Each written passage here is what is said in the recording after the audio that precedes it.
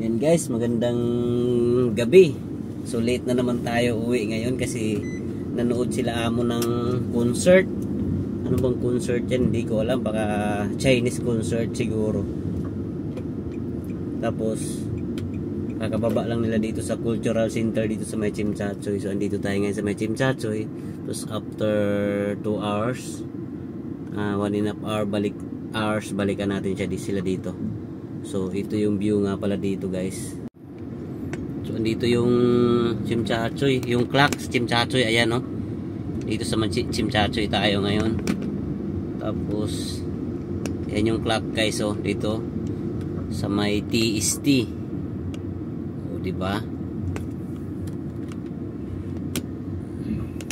Daming sasakyan. Hindi tayo pwede mag-stay dito kasi may pulis din dito. Punong-puno ng sasakyan na mga waiting. Pero pag nadaanan niya ng pulis dyan, pag iniwan yan, ticket. Pero pag ginarangan talaga ng pulis, ticket din yan. So nandyan lang sa left side, sa harapan natin yung Hong Kong Heritage. So ano kaya yung display doon ngayon? Dito tayo ngayon. Ano kaya yung display? Ayan, tingnan natin. Oh, hindi natin makita yung display. Ay, nakapiran na. May sasakyan na. Yan yung YMCA. So enjoy natin yung view muna dito ngayon guys. Daming pulis. Hindi tayo pwede mag-stop kahit saan kasi doon sa may yan yung Rosewood Hotel, yung pinakamataas doon sa ano natin ngayon, sa left side na video, sa right side na video natin ngayon, Rosewood. So nandyan yung K11. So sa likod dyan, maganda sana mamasyal dyan. Nandyan yung si Bruce Lee. So yung tinatawag dyan na Chimchachoy Promenade or Avenue Star, nandyan. So nandyan si Bruce Lee, yung statue ni Bruce Lee nandyan. Nandito naman guys yung The Peninsula Hotel. So napaka famous ng hotel na to. Napaka expensive din yung bayad sa hotel na to dito, The Peninsula Hotel. Yung Rosewood Hotel, yan, maganda din dyan. So dyan ginanap dati yung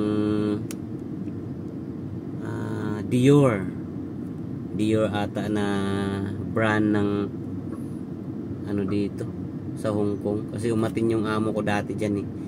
Anak pala ni amo. Ito yung The Peninsula. Ang ganda to guys, ang ganda tingnan tong ano na to, hotel.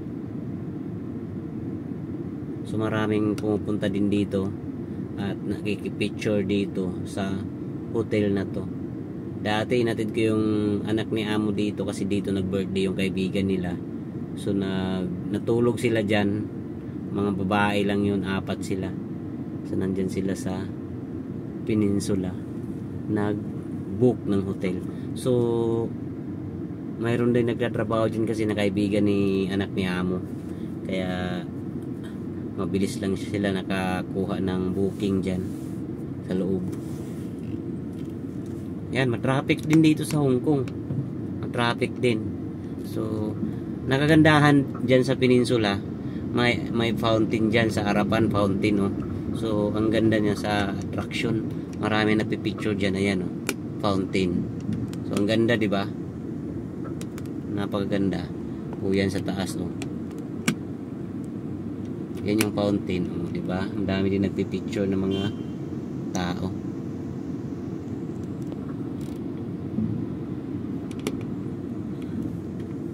Tayo dito sa tapat. Iwan ko saan tayo tatambay ngayon. Tambay tayo sa wala tayong hanap tayo na matambayan kasi dito talaga sa Chimchachoy wala tayong paradahan agad dito ng sasakyan. Hindi ganun ka ano yung parking dito. Siguro dyan sa loob ng building na yan mayroong parking pero mahal yung bayad. So hindi na tayo magbayad kasi wala naman tayong gagawin. Hanap lang tayo ng mga 5 to 10 minutes yung travel pabalik dito mamaya. Doon tayo stay para hindi tayo masyado malayo. Kaka-traffic dito sa Hong Kong yan. Traffic. So yun nga guys, hanap muna tayo ng area kung saan tayo pwede mag-stop. Kasi dito sa Hong Kong hindi natin pwede iwan yung sasakyan kahit saan-saan. Kasi matitikitan tayo. Sayang yung ticket guys. So isang ticket dito pag walang driver nasa 320. 300 times 7. So nasa ano na yun? 2,100. So malaking bagay na yun sa piso. Kaya nakakapanghinayan talaga na ano tayo ng sana tayo. Yan, nara-traffic tayo dito.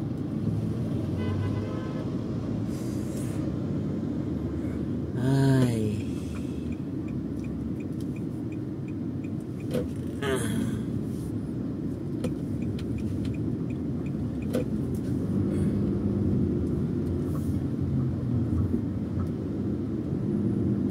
Hindi tayo dito dumaan sa ilalim para hindi tayo masyado ma-traffic. Daming sasakyan dyan eh. Ayan. So dadaan tayo dito sa ilalim ng tulay. Linis ng daan nila dito guys. So, nakikita nyo naman, wala kayong mga basura, wala nagliliparan ng mga basura dito kasi well maintained talaga ng Hong Kong yung linis dito sa Hong Kong. Grabe. Going on, nandito tayo sa may Tsim Sha Tsui ngayon. Nandito sa tapat natin yung Tsim Sha Tsui, ano ba yan, center. So ang gagawin ko ngayon, dito ako maghihintay sa Tsim Sha Tsui S. So doon kasi sa may binuntahan natin kanina, Tsim Sha Tsui West. So dito tayo sa S tayo. So dito naman yung may hotel, mga hotel naman to dito sa Hong Kong. New World Millennium. So kaka-traffic din dito sa may Tsim Sha Tsui S. Yan. Nakita niyo naman may Tsim Sha Tsui, may ano dito, Hong Kong Kuntong Tsim Sha Tsui S. So dito tayo, left side tayo.